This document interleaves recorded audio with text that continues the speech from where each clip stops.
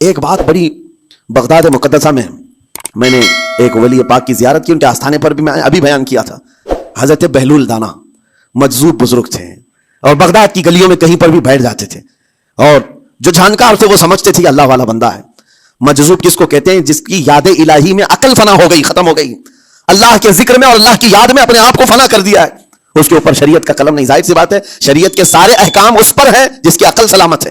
عاقل ہو، بالغ ہو تو نماز فرض ہے نا، عقل ہی نہیں ہے تو وہ مجذوب ان اولیاء کو کہتے ہیں. لیکن ان کے بارے میں حدیث میں ہے، اللہ کے نبی نے فرمایا وہ ایسے بندے ہیں کہ اگر اللہ کو قسم دے دیں کسی بات کی، اللہ ان کی قسم پوری کرتا ہے.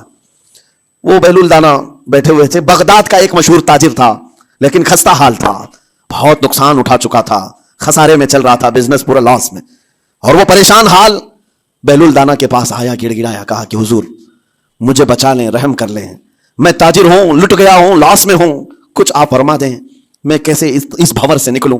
بہلول دانا نے دیکھا، کہا ٹھیک ہے کچھ پیسے بچے ہیں؟ کہا ہاں ہے.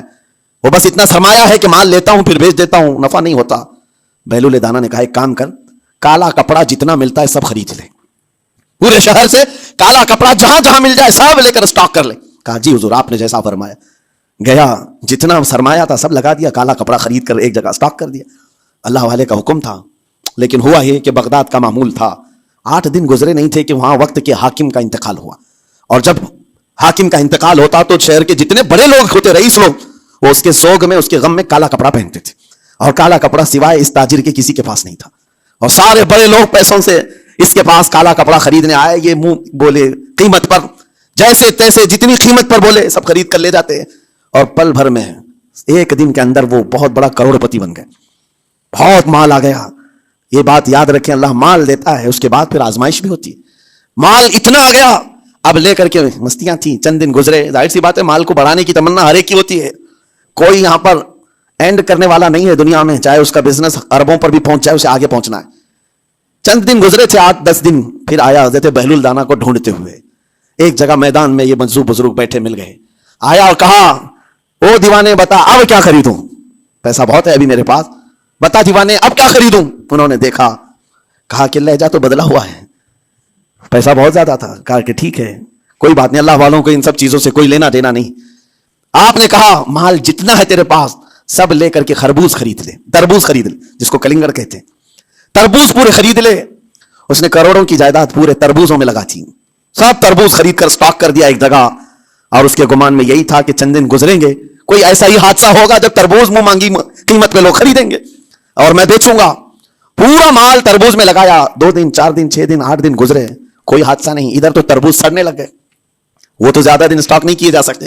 سڑن شروع ہو گئی. پھر تھوڑے دنوں کے بعد پورے کے پورے سڑ گئے. کروڑوں کا مال تربوز میں سڑ کے چلا گیا. وہ بیچ بھی نہیں سکا، کچھ نہیں کر سکا. واپس چیختا چلاتا اسی حالت میں آیا، پہلے سے بھی زیادہ بدتر حالت میں آ گیا ہوں.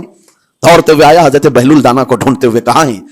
وہ اسی جگہ بیٹھے ہوئے مٹی میں بیٹھے رہتے تھے. قریب آیا اور کہنے لگا کہ آپ نے میرے ساتھ ایسا کیوں کیا بہلول؟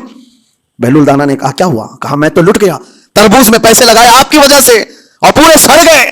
بہلول دانا نے کہا میں نے تو کچھ نہیں کیا، پہلے تو تجھے نفع ملا تھا وہ تیرے لہجے کی وجہ سے، اب خسارہ ہوا ہے تیرے لہجے کی وجہ سے. پہلے جو آیا تھا بات کرنے کے لیے اس وقت تیری تمیز الگ تھی، تیری تہذیب الگ تھی، اخلاق الگ تھی. گڑ گڑا کر کہا تھا کہ میں لٹ گیا ہوں آپ رحم کر دیں. دوسری بار آ کر کے کیا کہا؟ وہ دیوانے بتا کیا خریدوں؟ لہجہ بدل گیا تو پوری حیثیت بدل گئی. زبان ہماری اونچائی پر بھی لے جاتی ہے اور نیچے بھی لے آتی ہے.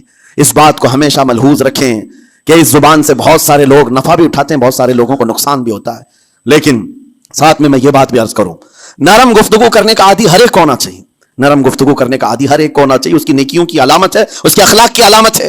لیکن ساتھ میں امام شافعی رحمۃ اللہ تعالی علیہ نے یہ بھی فرمایا چاہے جتنی بھی نرم طبیعت ہو انسان کی، اللہ اور اس کے رسول کے لیے غیرت ہونی چاہیے. اللہ اس کے رسول کے خلاف بات سنے تو پھر نرم لہجے کا استعمال نہ کرے، پھر وہ بزدلی کہلائے گی، وہ بزدلی کہلائے گی. آج میں ایک بات یہ بھی بتا دوں، بہت سارے لوگ یہ سمجھتے بھی ہیں. ابھی چند دن قبل میں ماررہ مطہرہ میں بیان کیا اخلاق کے اولیاء کرام کے مذہب و مسلک پر، اور پچھلے 15 سالوں سے میں نے بہت سارے خطابات کیے ہیں اخلاق پر، معاشرے کی برائیوں پر. لیکن ابھی چونکہ چند دنوں میں جلسے پروگرام بہت سارے ہو گئے اور عظمت ناموں سے رسالت پر زیادہ گفتگو ہونے لگی تو لوگوں میں ایک امیج الگ بیٹھی ہوئی ہے. اور ابھی ہم نے اخلاق حسنہ پر گفتگو کیا کی 8 دن پہلے ایک بزرگ نے مجھ سے پوچھا ایسی بھی تقریر کرتے ہیں آپ ایسی بھی تقریر کرتے ہیں یعنی نرم گفتگو بھی کرتے ہیں؟ مطلب یہ ہے کہ ہماری امیج ایسی بنا کر رکھیں کہ ہم ہر وقت چلاتے ہی رہتے ہیں, ہر وقت للکارتے ہی رہتے ہیں. میرے عزیزوں, میں یہاں پیغام دینا چاہتا ہوں, ہم قرآن کے اس آیت پر عمل کرنا چاہتے ہیں جو مولا نے فرمایا اشداء علی الکفار رحماء بینہم. مومنین کی شان ہے, صحابہ کی شان ہے, وہ کافروں پر سخت ہوا کرتے ہیں اور مومنوں کے لیے نرم دل ہوا کرتے ہیں. زبان کی نرمی ایمان والوں کے لیے ہے, زبان کی نرمی محبت مصطفیٰ کے لیے ہے, عاشقان مصطفیٰ کے لیے ہے. ساتھ میں زبان کی سختی کفار و مشرکین کے لیے ہے, گستاخان رسول کے لیے ہے. اور اگر یہ چیز نہیں آئی تو پھر آپ سمجھ لیں نیک اس وقت نہیں کہلائے گا آدمی. بعض لوگوں کو ایسا لگتا ہے نرم بات کرنا چاہیے, نرم گفتگو بالکل صحیح ہے, یہ اخلاق ہے. لیکن اگر ایسے مقامات پر جہاں تمہارے نبی کو کوئی گالی دے رہا ہو, رب کی شان میں کوئی بھونک رہا ہو, اس وقت تم کہو کہ اخلاق ہے, نرم بات کرنا چاہیے, یہ بے غیرتی ہے, یہ بے غیرتی ہے. تمہاری بیوی کو اگر تمہارے سامنے کوئی چھو دے اور اس کے بعد تم ہنس کر کے اس سے کہو ٹھیک ہے جائیے صاحب, آپ کو کہا جائے گا بے غیرت آدمی, بے غیرت آدمی ہے. انسان کو اپنی بیوی, اپنی بیٹی, اپنی ماں پر بھی غیرت ہوتی ہے, وہ سنتا نہیں ہے, یہ پیدائشی ہے, فطرت ہے انسان کی. اور مومن کی شان یہ ہے سب سے بڑی غیرت اس کے لیے اللہ اور اس کے رسول کے لیے ہوا کرتی ہے. اللہ اور اس کے رسول کے لیے. ماں اور باپ کو گالیاں ایک وقت میں برداشت کر بھی لے جائے, لیکن اللہ اور اس کے رسول کی شان میں وہ ہرگز برداشت نہ کرے. یہ ایمان کی علامتوں میں سے ہے. بہرحال میں نے زبان کے دونوں استعمال آپ کو بتائے, سخت لہجے بھی ہیں, نرم لہجے بھی ہیں. لیکن جب آپ کا پالا کسی گستاخ سے نہ پڑے تو ہمیشہ نرم گفتگو کرنے کے عادی بنے. مومنین میں نرم لہجے کا اختیار ہمیشہ رہے. اس سے اخلاق آپ کے بتائے دکھائے جاتے ہیں, اس سے آپ کے اخلاق معلوم ہوتے ہیں. ساتھ ہی معاشرے میں نرمی اور محبت کا ماحول بھی قائم ہوتا ہے. ڈانٹنے کے طریقے بھی میں آپ کو بتاؤں. میرے استاد, میرے والد گرامی فرمایا کرتے تھے, حضور حافظ ملت رحمۃ اللہ علیہ جو الجامعۃ الاشرفیہ مبارک پور کے بانی ہیں اور بڑے محدث جنہوں نے ایک نہیں ہزاروں عالم پیدا کیے, اس ہندوستان کی بات کر رہا ہوں. حافظ ملت رحمۃ اللہ علیہ پوری بخاری شریف پڑھاتے تھے, تقریباً 40 سال تک انہوں نے پڑھایا بخاری شریف. میرے والد ان کے شاگرد ہیں. فرماتے ہیں جب وہ بہت زیادہ ناراض ہو جاتے کسی سے, ڈانٹنا ہوتا, ہر استاد بچے کو ڈانٹتا ہے, کبھی کچھ بچہ نافرمانی کر جائے یا مزاج کے خلاف بات کرے تو استاد ڈانٹتا ہے. تو حافظ ملت رحمۃ اللہ علیہ اگر کسی شاگرد کو ڈانٹتے بھی غصے میں تو کہتے ہیں اے جنتی کیا کر رہا ہے. کہتے ہیں اگر یہ جملہ قبول بھی ہو جائے تو وہ بچہ جنتی ہو جائے. لہجے کی یہ استعمالات اولیاء سے سیکھو میرے عزیزو. غصے پر کنٹرول. اس وقت تمہارے اخلاق معلوم ہوتے ہیں جب تمہارا غصہ عروج پر ہوتا ہے, اس وقت تمہاری حقیقت لوگوں کے سامنے آتی ہے.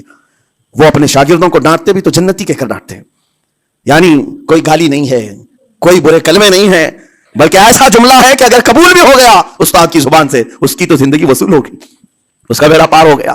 ہمارے درمیان ماں باپ کو بھی یہ چاہیے کہ بچوں کو کس طرح کے اخلاق آپ دے رہے ہیں. گفتگو کرنے کے متعلق قرآن میں اللہ تعالیٰ نے آداب بتائے ہیں. جب آپ گھروں کے اندر موجود ہوں تو بچوں کے سامنے کس طرح کی گفتگو کیا کریں گے, کیسی بات کریں گے. شوہر اور بیوی جس طرح کی باتیں کر رہے ہیں بچے کے دماغ میں وہ پورا کا پورا چھپتا ہے, ٹرانسفر ہوتا ہے. اسی لیے کہا گیا ایڈلٹ گفتگو کبھی بھی بچوں کے درمیان نہیں کی جائے گی. جو میچورٹی میں نہیں ہے ان بچوں کے سامنے ماں اور باپ بیٹھ کر کے کلام بھی نہ کریں, بات نہ کریں. معاشرہ تو آج ایسا ہے, سب پوری فیملی لے کر کے بیٹھے ہوئے ہیں, اور حد تو یہ ہے کہ گندی فلمیں سامنے لگی ہوئی رہتی ہیں. وہ کیسے بچا پاؤ گے؟